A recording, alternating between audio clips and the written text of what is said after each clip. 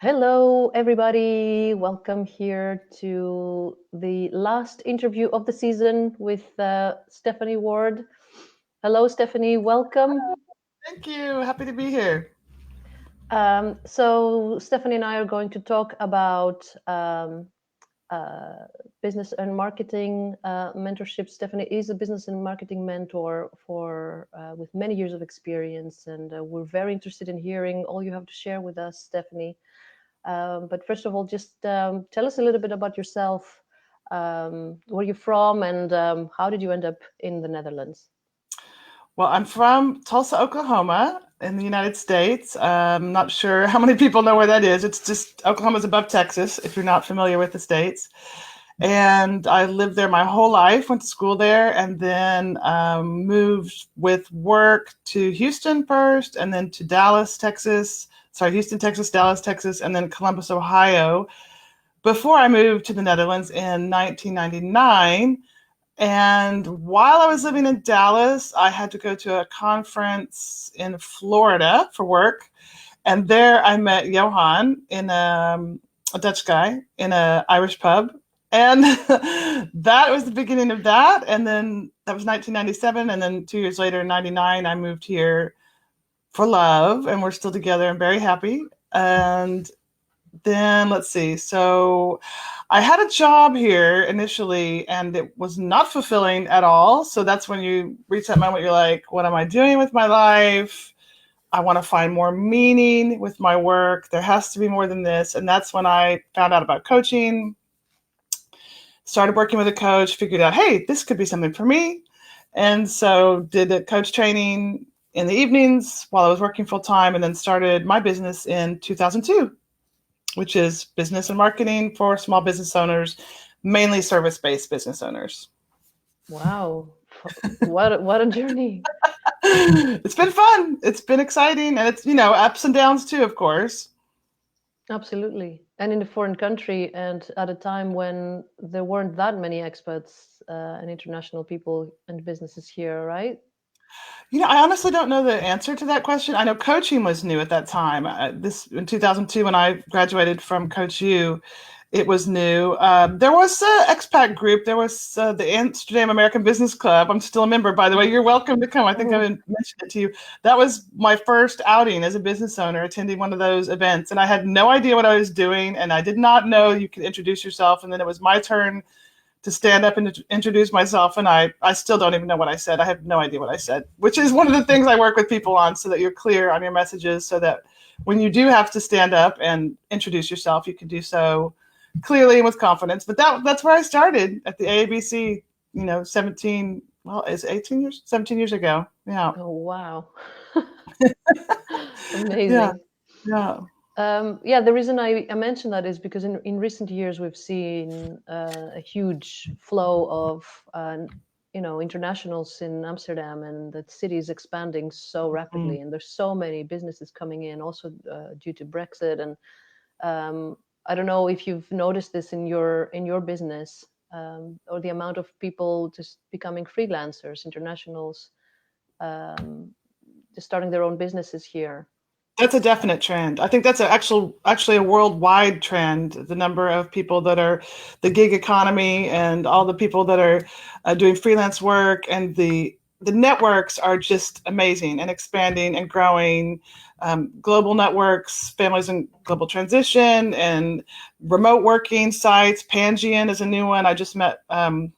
Connected with Mag Boron. It's amazing the opportunities where you can travel, be a global nomad, work, do freelance, do full-time work. It's phenomenal. So yes, I do see it, really growing and growing. And what kind of industries and what kind of businesses do you mainly work with? I work mainly with smaller service-based businesses. So think about coaches, consultants, lawyers, speakers, trainers, web designers, graphic designers, anyone who's a lot of creative people, and body work, nutritionists. I'm probably forgetting some, but yeah, it's a really lovely mix of people. And the common thread is they're doing work that they find meaningful, that helps their clients as well. And what kind of problems do they come to you with? What kind of help do they seek when they first come to you? It's pretty universal for people who have their own businesses and people who are out there doing work they love. Is that they really want to focus on the work. They want to make a difference helping their clients, and they're not that interested in marketing, or they don't understand marketing, or they think marketing is a bad word, which some people do abuse it, so I get that. So what they struggle with is how to find and attract and connect with enough of their ideal clients to have a profitable and rewarding business, because they don't want to focus on that. They want to work on just doing the work itself. So what I do is I help them find ways that work for them, because I don't promote that everyone should do XYZ, or you have to do this, or you have to be on video. We'll find a way to do things that fit for you, that work for you, that play to your strengths, that you enjoy. And that way marketing is not a chore or something bad. It's something positive that actually, I really mean this, can be fun. So finding the strategies and then working with people to do them consistently, which is key. And then actually doing them. That's what I mainly work with people on. And that includes visibility, which doesn't mean you have to have your face in front of the camera. It can mean that you're more visible with your writing or something else. So there's always a way, and we'll find it. So. Wow, it sounds really great. And I think it is a problem for many people who want to be active, I mean, and visible, but there are also so many options out there. And we've discussed this also in other interviews with other professionals. And it seems to be a universal problem, just like you said. People just either they don't know what to use, or they get overwhelmed, or they're just not familiar with technology that much, or they just don't want to be bothered with that. And I can understand people who enjoy the work they do, and they want to serve and deliver value. They don't want to waste their time with doing admin, logistics, marketing, and all that, sales. They just want to coach. They just want to solve a problem. They just want to, deliver the product. You work with so many different people, different products, different services. But how do you help people overcome that block? Well, the good news is everything's changed and nothing's changed. So the bottom line is, no matter what new tool or trick or platform is created, it's still human to human. It's connecting with people, and it's about having conversations. And I talk about that a lot. I always say you can take the word marketing and just get rid of it and use the word connecting if that feels better for you. And I encourage my clients to have conversations. It's like, if you want to know, check your visibility ratio, find out how visible you are. Ask yourself, how many conversations are you having every week? Are you having one a day? Because that's where it happens. That's where the magic happens, when you're connecting with people and talking with them. So you can do Instagram, you can do ads, you can do all these things. But at the end of the day, all of that is leading back to having a conversation with someone at some point, unless it's a really low price product and it's all done with emails. But that's a whole other discussion. But for most of the people that I'm working with, because they're service-based business owners, they like to have a conversation with someone before they work together. Like, it's not always possible that someone can actually just work with them without having a conversation. So that's what I say to people, is just forget about all the technology for now. LinkedIn is a great platform, by the way, for everyone. I could talk more about that later, and that's not a really challenging platform to be on. So everyone can manage that one. And to just focus on connecting with people, being clear about who your ideal client is, and then go where they are, have conversations, connect. And that's really it. So it seems so simple. People are like, well, that's too easy.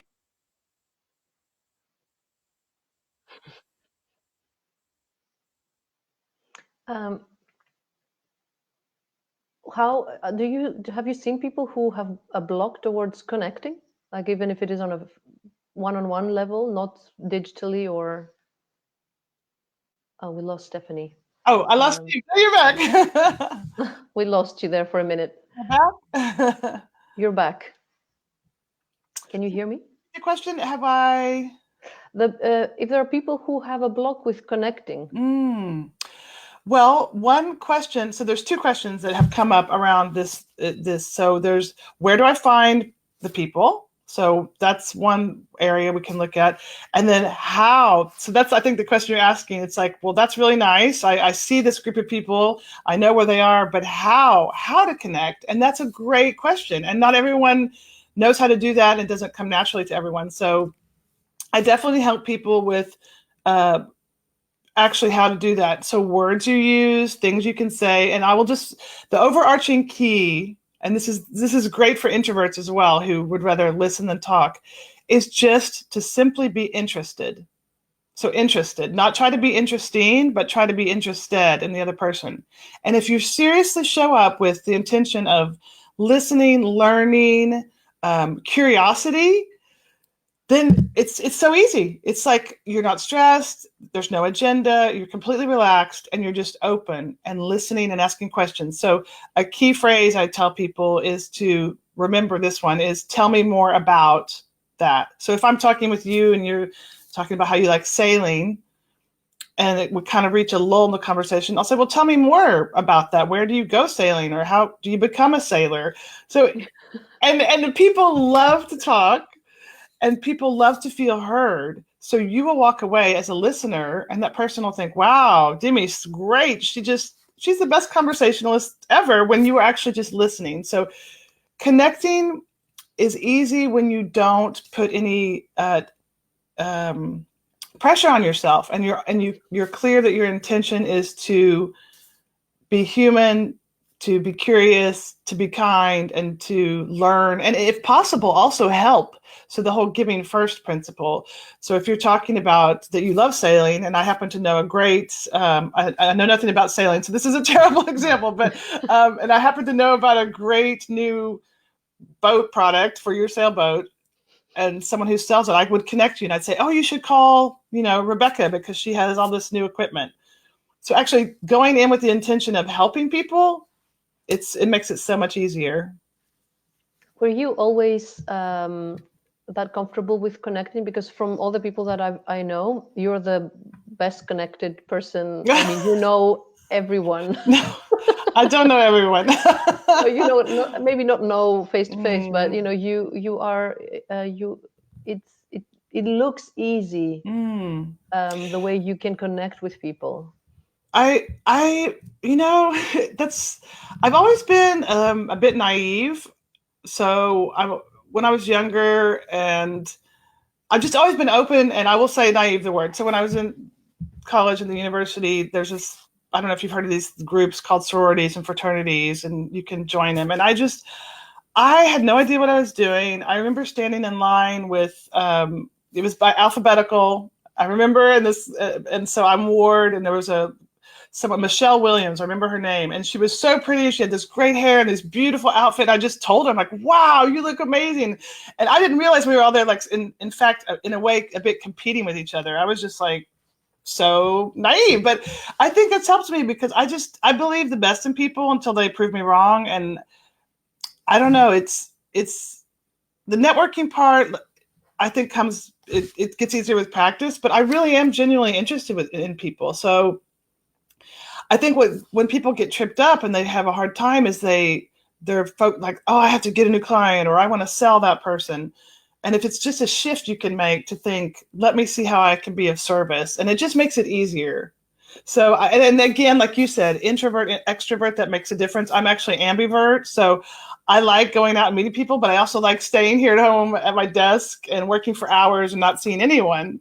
So if you're an introvert, it can be draining to go out to events. But the good news is you don't even have to leave the house. I have a friend, Brigitte from Taal. She's Dutch.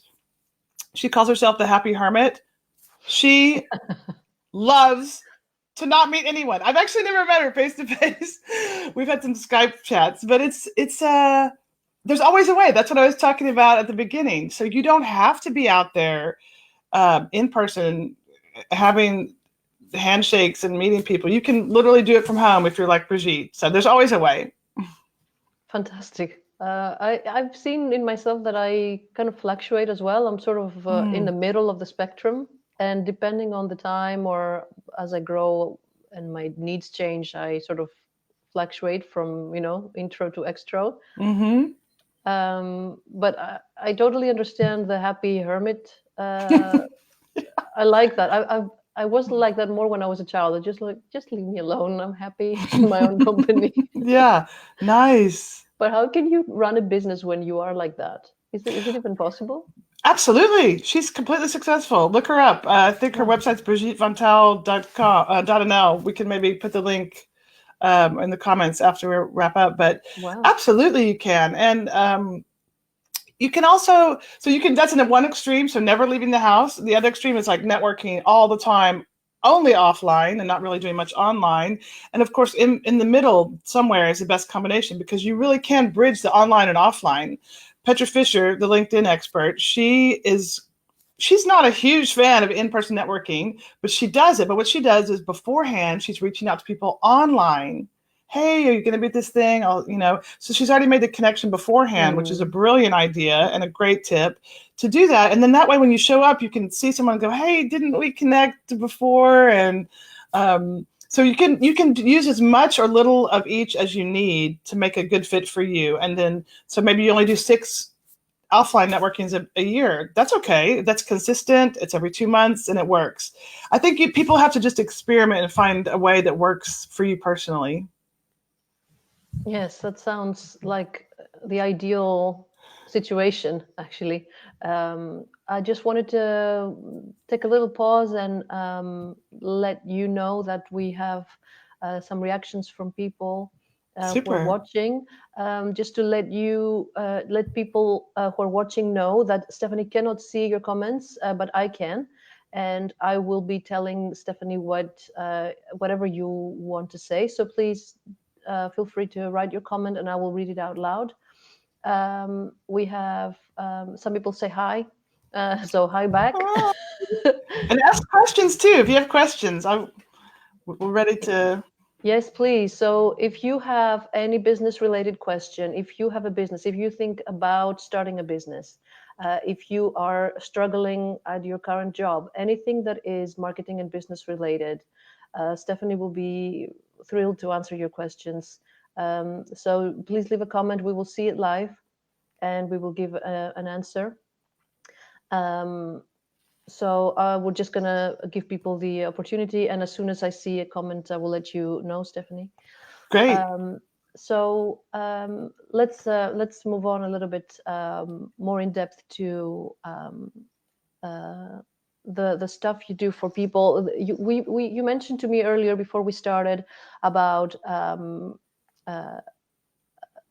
report you have created that you offer. Do you want to tell us a little bit about that? Sure. So it's on my website, fireflycoaching.com, and you can sign up on any page. And it's called 7 Steps to Attract More Clients in Less Time. And that's the idea is that, again, what we talked about, what most people struggle with is how to find and how to connect with more of their ideal clients. And I walk you through these 7 steps to actually do that. And there's links throughout the report where you can click through to get more information.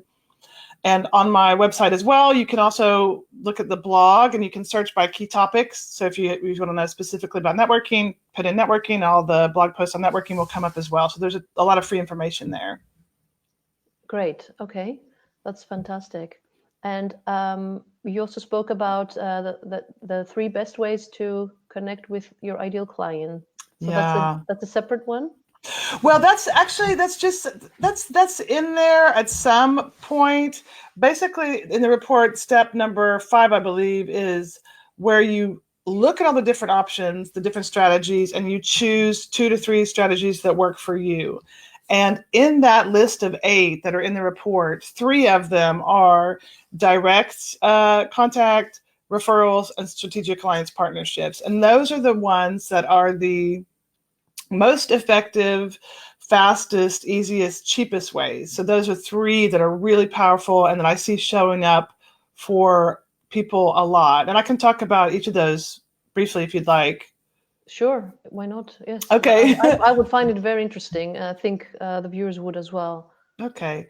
So the first one is direct, and that's just simply what it means. Like, I see that you are a member of this group, Expat Women in NL, and I see what you're doing, and I think that seems neat. She seems like a nice person. And I send you a message and say, "Hi, Demi, I'm Stephanie. We kind of do the same thing. Looks like you're up to some cool stuff. Do you want to connect?" So I mentioned LinkedIn. That's my main huge platform that I'd like to really connect with people on, because it's more professional, but it's also like, that's the whole point of the network, is to connect there. So it's not strange if someone asks you to connect if you don't know them well. But I always make a personal invitation. That's a huge tip for anyone. If you invite people on LinkedIn, always send a personal invitation. It doesn't have to be long. You can just say, like I just said, like, we have some things in common, or I see we live in the same city, or we went to the same school, and ask to connect. And then if you accept my invitation, then I can come back and say, thanks for accepting. Gosh, should we have coffee, or should we do a Skype and have a conversation? That's just direct connection. And it doesn't have to be everyone like thinking they could be a client. Maybe it could just be a friend, or maybe they know people who know your people. So it's just a kind of a feeling thing that you're having these conversations, what I was talking about before, having these conversations. And then the second way is referrals. Everyone knows what that is. Everyone loves to get a referral, right? You're just working along. All of a sudden, someone sends you an email and says, "Hey, I have a client for you," or someone who might be a client. Would you like to talk with them? That's the best feeling ever. And the thing that people forget about referrals is they just don't ask for them, because they're afraid to ask, because they don't know what to say, and they're afraid people will say no. The truth is, people are so happy and willing to help. They just have to be asked, because they're not sitting around thinking, "Hey, I wonder how I could help Demi get more clients." No, they're not thinking about that. But if you ask them and said, "Could you just think of one person who might need my help?" they'll be happy to say, "Oh yeah, I think this person can be a fit." So proactively asking for referrals. And another way to get more referrals is actually to give them, because karma, right? So just being helpful and connecting people and giving referrals, not expecting anything. It just, it comes back to you in its own way, in its own time. But to proactively ask for referrals and to give referrals is a great way to connect with more ideal clients. And then the last one is strategic alliance partnerships. Sometimes people call that joint ventures. There's lots of words. I call it strategic alliance partnerships. And that's just really powerful, because it's one to many. So the first two are more one to one. But this would be like if you had a community of people, which you do in this group, and then you shared my message with them, which you're doing. That's one to many. So I'm talking with you, but we're reaching hopefully more than one person, and helping and connecting with another person. And that can be in general, like if you do a partnership with someone who has similar audience but a different business model. So you talk with another business owner and you say, "Hey, could we help each other, promote each other to each other's audiences?" So it's quite simple. It's all these things are about building relationships over time with people, connecting with humans. Very simple. I love it. Yeah. We have one question. Okay. A few more comments that are more general, but a specific question. Hi, Stephanie. You stated that you were working full-time while working on your business on the side. I've started doing the same. Can you tell us how you found a balance of combining both without having a burnout? Great question. Well, what I was doing is I was doing the Coach U at night while I was working full time. So I hadn't started. I was just actually doing the training. So when I started my business, I did quit my job. So I wasn't actually doing both. But I think I'll try to answer your question for you. So this is such an important topic, burnout, right? I can name on all fingers 10 people I know who've had burnout. It's an epidemic, right? And it's really smart to be ahead of the problem. So you have to be clear about what your goals are. I would say, if possible, if you're in the Netherlands, is the person in the Netherlands? Can you see that, or do you know? Can you tell? I just see their name, but if they are in the group, they're probably in the Netherlands. Right. Most Makes of sense. them are. Yeah. So it's a lot of times it's easier here in this country, for example, versus the US, to work 4 days a week. So if there's a way to shift your work down to 4 days a week, that gives you a whole day only for your business. So that's one idea to do that. Another tip would be to go to Chris Guillebeau's website, The Side Hustle School. He has a Side Hustle podcast. He's written a book called Side Hustle, and he's the expert on the side hustle. So he can walk you through how to manage those two things at once. There are only so many hours in a day, and of course, there are different periods in your life where you're busier than others. But I would definitely say to not overdo it. Don't work nights, evenings, and make yourself crazy. Take your time, build it one new client at a time. If you can get a whole day, try that.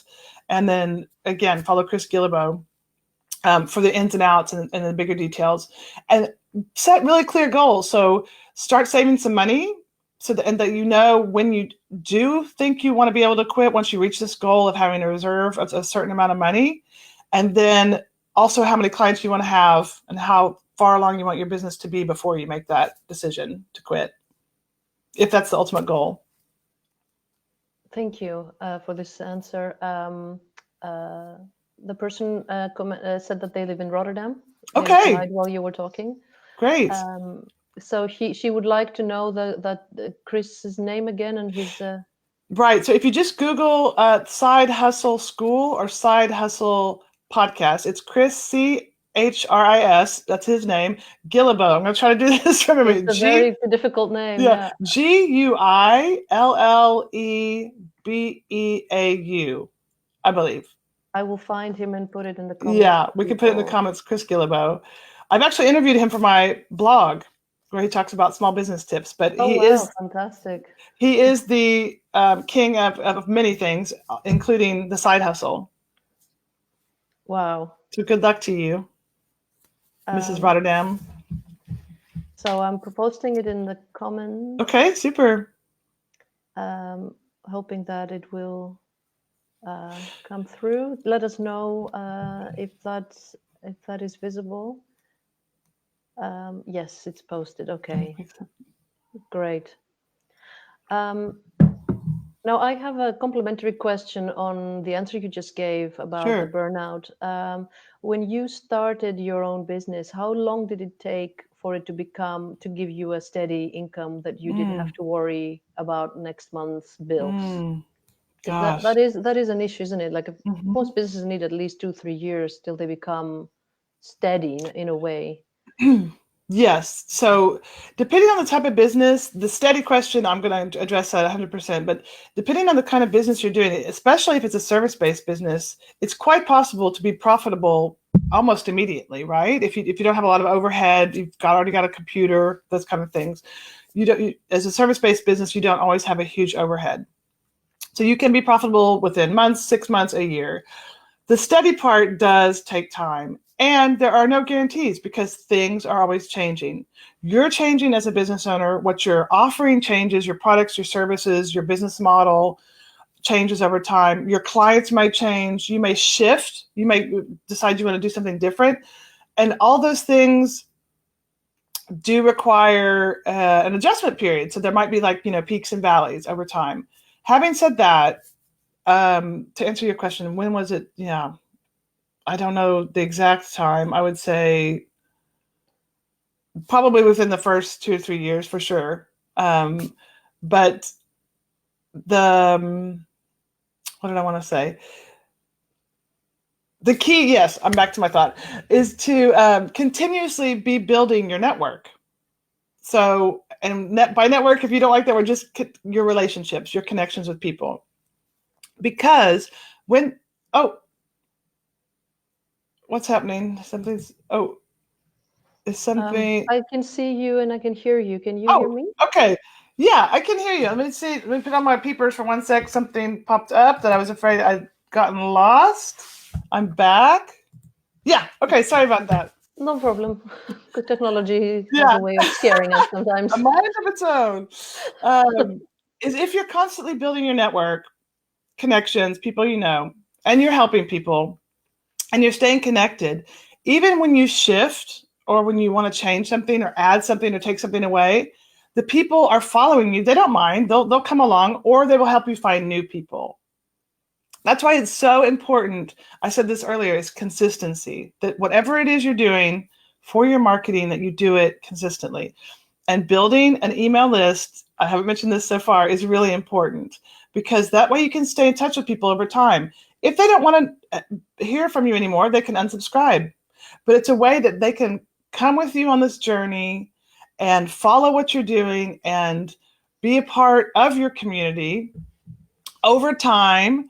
And they have an invested interest in what you're up to, as long as it fits for them. Of course, if it changes drastically, then they can leave. But I think that's the key to creating this steady situation, is to have a clear business model and then to have a growing and nurtured network.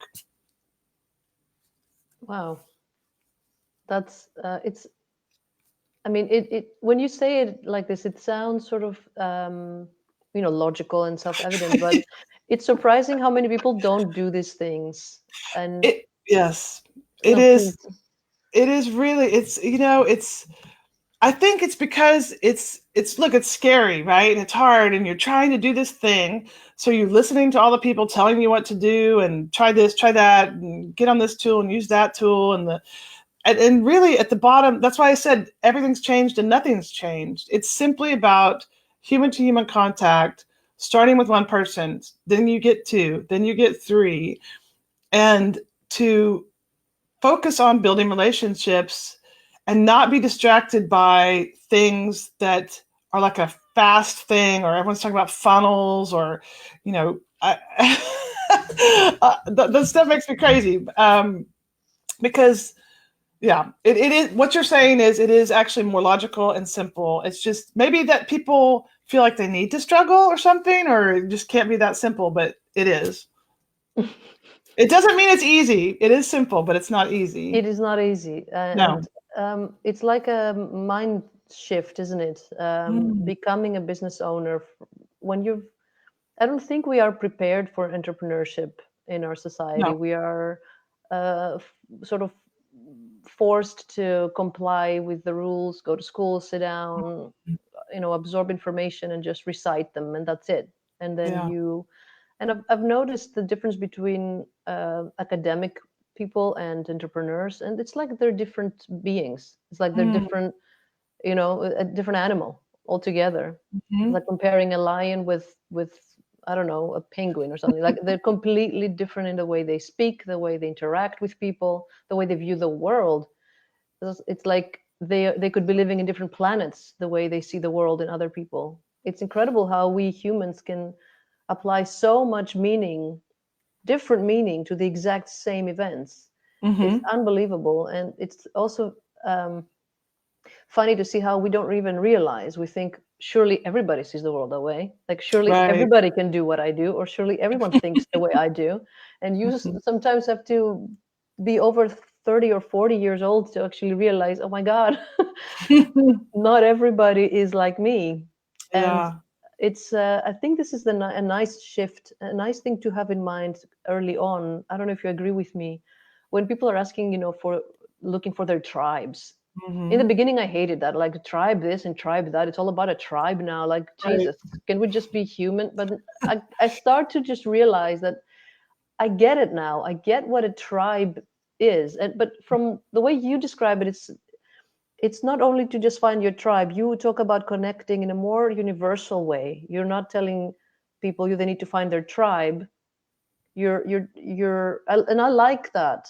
I mean, it's quite fresh to hear that point of view, that you just need to connect with all people until they prove to you that they are not nice people. It's not to separate them between who's your tribe and who's not your tribe, and who am I and what is my tribe. Why would I?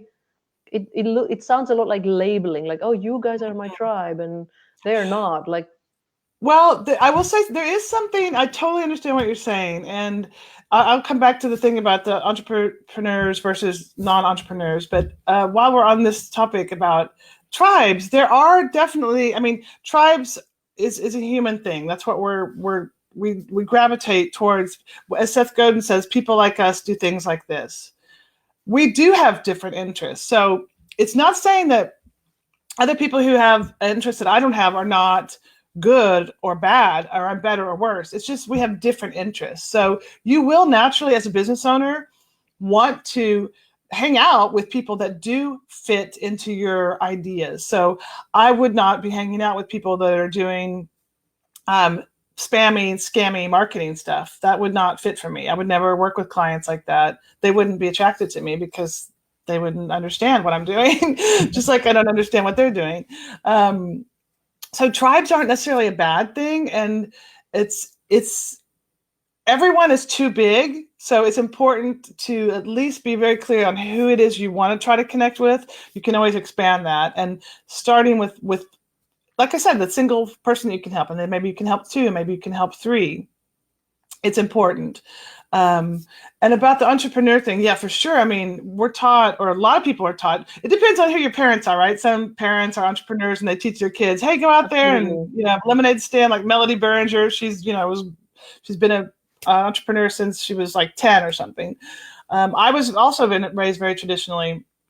From sort of non-entrepreneurial parents, but go to school, go to university, get a job, work hard, that whole thing. So it was a mind shift for sure for me too. And I think with the gig economy and remote work, it's really changing fast, but it can be learned.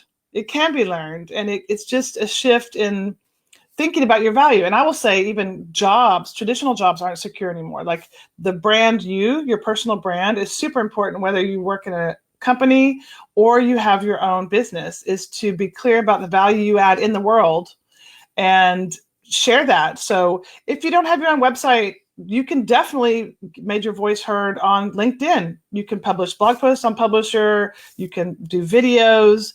So there's always a way to be clear about what you stand for and what you where you want to put your stake in the sand and say, this is what I'm about. And if you are interested in that, let's hang out together.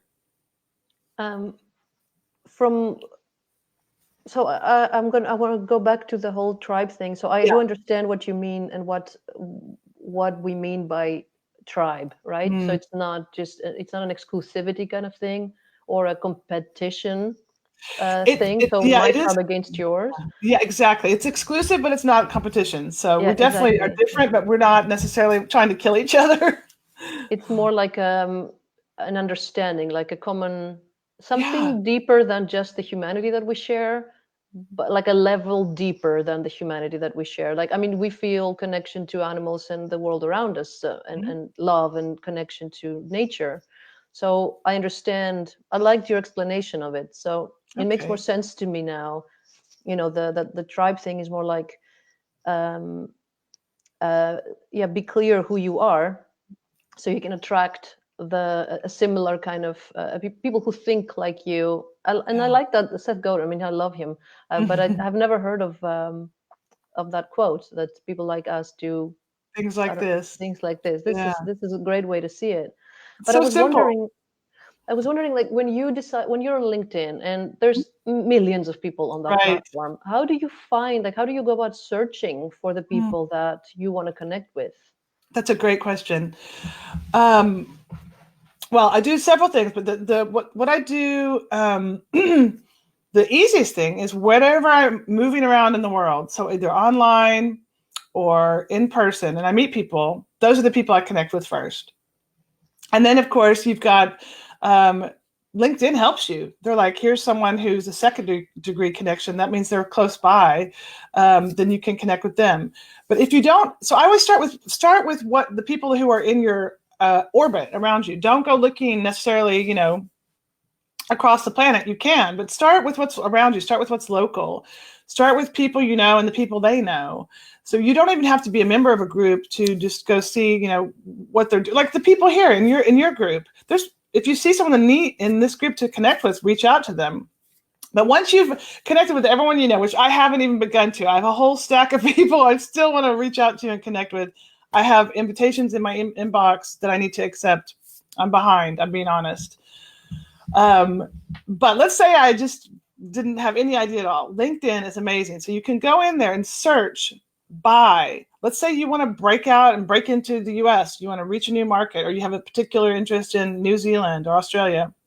You can search by countries. You can search by industries. You can find your people, and everybody is on there. I hear a lot of times people saying, well, my people aren't on LinkedIn. I would bet 9 times out of 10 they are, because even people who are working at companies, they could be your client. People that have their own businesses, and I have a really great article. I will go grab it and put it in the chat. Yes. After we're done, that I wrote about LinkedIn and how surprising it is. It's linked to another guy's article, and he did some research, and he shows that he has a pie chart that's showing all the different industries that are on LinkedIn, and the biggest industry is only 10%. It's IT. Wow. So everyone thinks that it's like all these people who are not my people out there. It's millions of, it's almost 600 million, I think. Petra Fisher, if you're here, you can say, no, that's not right, Stephanie. 600 million people, there's no group that's more than 10%. And it just goes down from there. So you can imagine everybody is there. So that's, yeah. So how to find people, they make it so easy. I think a lot of people don't even realize LinkedIn has come a long way. It's developed, and they don't even realize the search function. It's quite easy to find if you just go to the home, and you can select filters is what they call it. You can search for first degree connections, second degree connections, third degree connections. You can search by industry, location, I believe job title. So if you're someone who's specifically looking to talk with product managers, you can just type that in there, and then the list comes up. And then what you do from there is, so let's say you get a list, you see someone, all these people, and your second degree connection, and you click on their profile and you see, oh my gosh, we have 20 connections in common. You can send a personal message saying, hi Bob, it looks, we know 20 of the same people. We must have something in common. Would you like to connect? So you find that commonality and reach out. Well, you said before the keyword, which is specific, and I think is Yes. what many of us have a problem with. Yes. We're not specific enough. That's we a don't great know point. How do you get specific.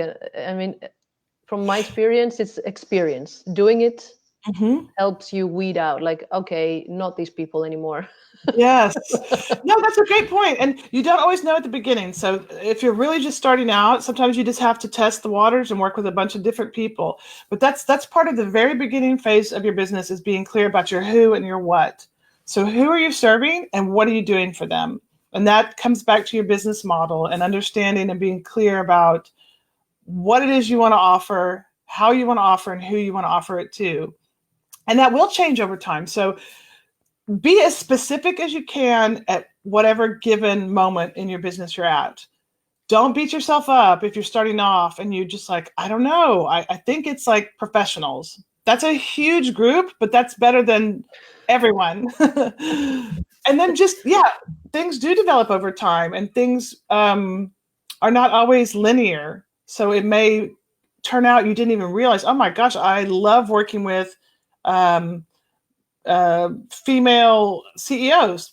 I had no idea. I thought I was more attracted to the other group. So you have to just be patient with yourself, be kind to yourself, let yourself explore, be open to it, but always have in mind that you do want to be more specific as you go. It sounds great. It's, for me, it's always a struggle. Being specific is one of the biggest, like, there's a fear there, right? There's always a fear of making it too narrow, missing out. Yeah. And yeah. Well, I will say something about that. So ideally, if you can be specific about who it is and the what, that's the ultimate. But if you're not clear about the who, you just cannot choose on the who. As long as you're consistent about the what, or the other way around. So let's say you want to serve teenage girls, but you're not sure which problem you solve for them. You solve many problems. That's okay if your target group is teenage girls. Or the other way around. I'm not sure which group I want to serve. It might be teenage girls, it might be moms, it might be whatever. But the problem I solve is this problem. And I solve this very specific problem for all those people. So you can do one or the other. Ideally, if you can do both, that's the ultimate thing. Wow, that's great. Actually, that is more sort of liberating point of view, isn't it? Absolutely. And don't forget, we also have this kind of I'm not sure where it comes from. Maybe it's the consumer world. We have this idea that there have to be thousands or 50,000 or 100,000 or millions of these people. When in fact, if you go back to your business model and you do the numbers, you may only need 43 clients a year to be wildly happy and profitable. 43. Like if if that's the case, how many people do you have to talk to get 43 people to say yes? Not thousands, not hundreds of thousands. So we kind of psych ourselves out and scare ourselves into thinking, okay, now I have to get out there and reach the masses, when it's much smarter just to start with, I just need 100 people, or I just need 200 people. It's much more relaxing. It's much more fun. I like it. I love it.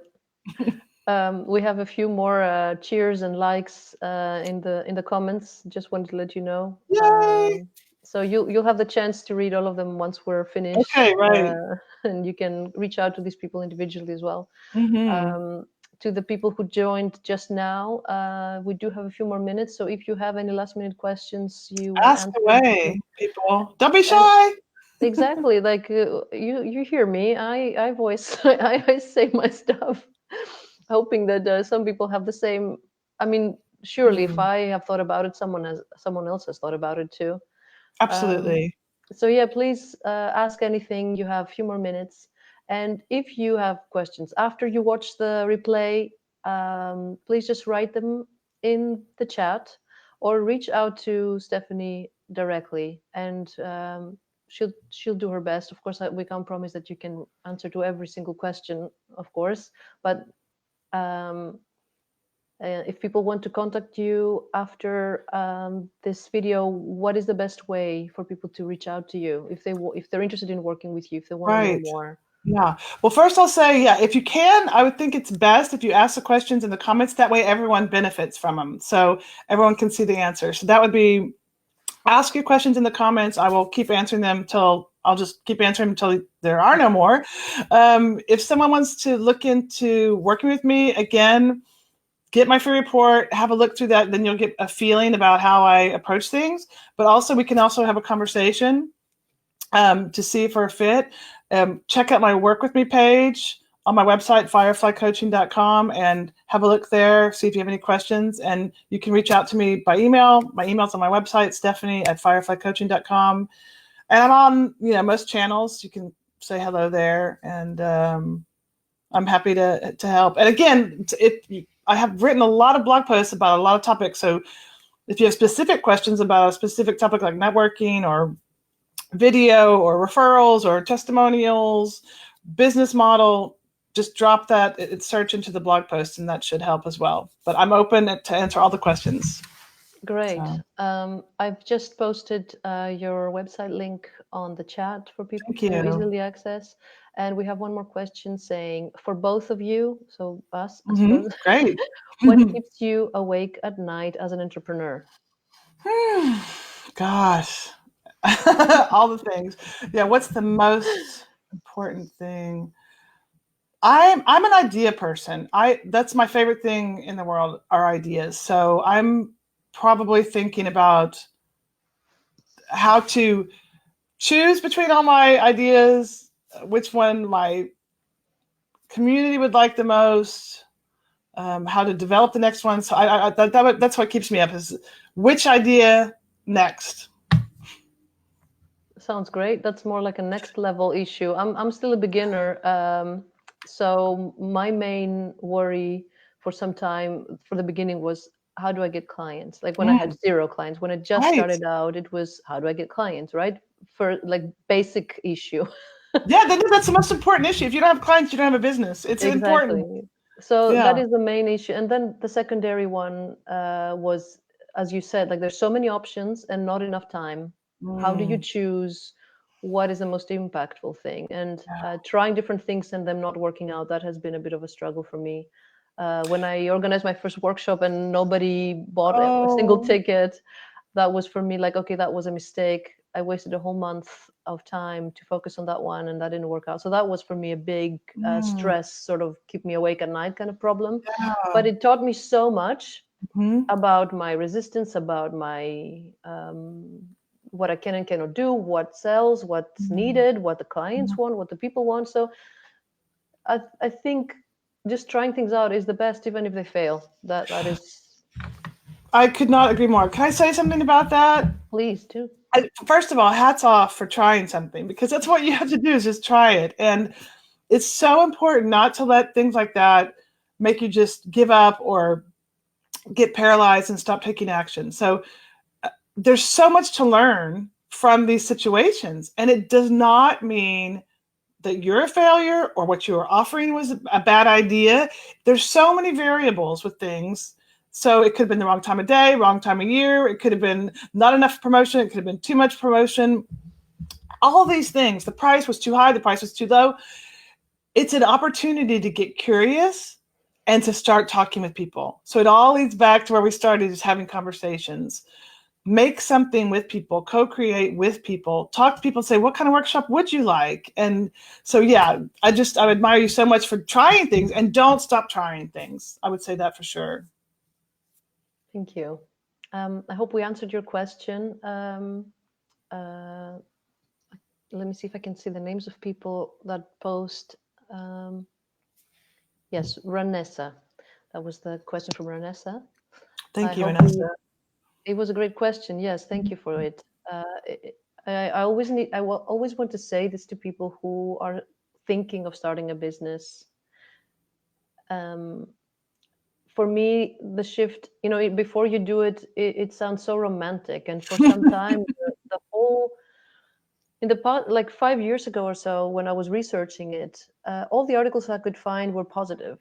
Right. You should definitely do it. You should not be a slave in the 9 to 5. Just be free and all these positive things. And nobody spoke about the negative aspects.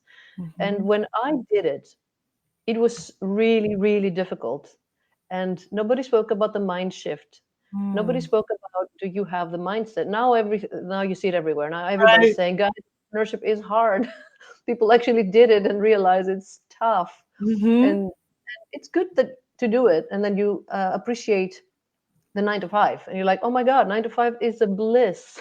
Right. Yeah, absolutely. There's pros and cons to both. 100%. So I just want to say to people, and I like what you said about partnering up and making alliances with other entrepreneurs, because we're not made to be solitary, right? We're not solo warriors taking into the night and just fighting the world. It's entrepreneurship should be creativity and not fighting, right? Yes, cooperation, collaboration. A big part of business used to be associated with war. Like a lot of entrepreneurs used to read these books, like the Art of War, and I'm like, why does it have to be war? Why does it have to be? Why do we have to fight? Why can't business be human? Yeah, you're part of the tribe that is believes that we can cooperate and collaborate, and that there's enough for everybody. And Emmy's favorite quote: "A rising tide lifts all boats." There's enough for all of us. Absolutely. I see.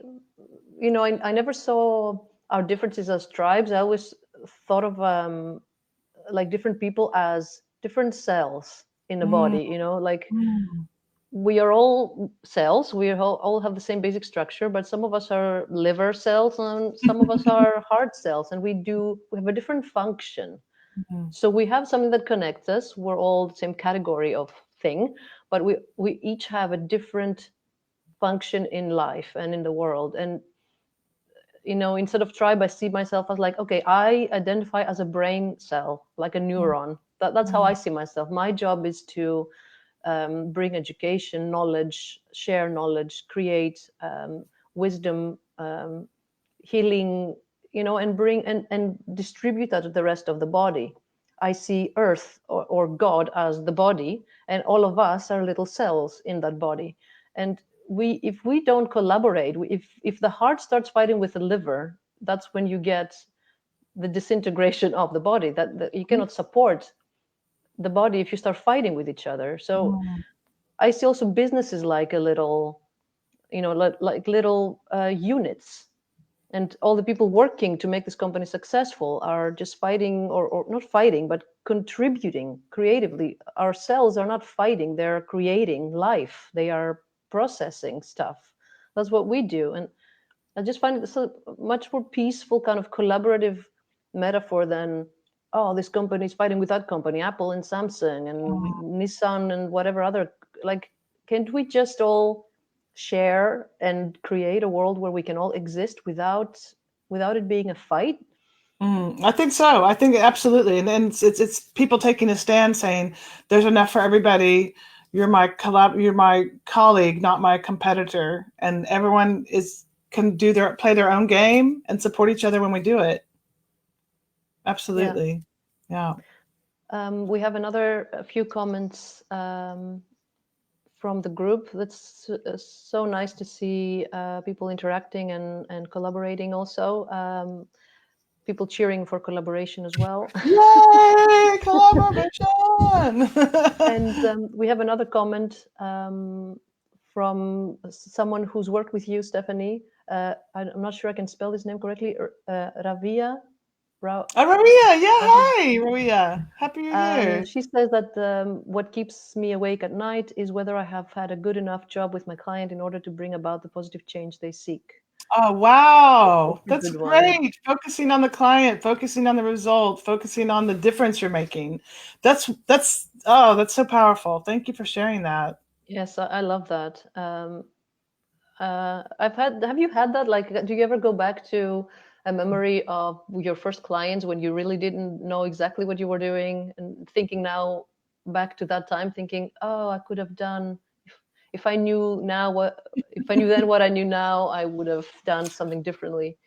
I'm not a huge regret person, just because I think it's a waste of energy, because you can't know what you know till you know it, and you can't get to where you're going without going through that hell to get there, or not hell, but all those experiences. So I try to focus on the present and do the best I can in the moment, and leave regret. You know, we're all doing the best all we can all the time at any given moment, and that's kind of where my take on that is. I love that. I love that. And also, that's true. If you hadn't had that experience with that first client, you wouldn't have grown to be who you are today. So they Exactly. helped you in your path as well, and you Yeah. helped them. I'm sure, even if you didn't give what you could give now, you give them what they needed at that time. Hopefully, that's the idea, right? Because I Yeah. mean, the past is gone and the future hasn't happened. So if we can just continuously be present and focus on being serving and sharing gifts and making a difference and being helpful where you can and doing your best. Again, it's one of the Four Agreements by Miguel Ruiz. That's a great book, The Four Agreements. Oh, wow. Haven't heard of that.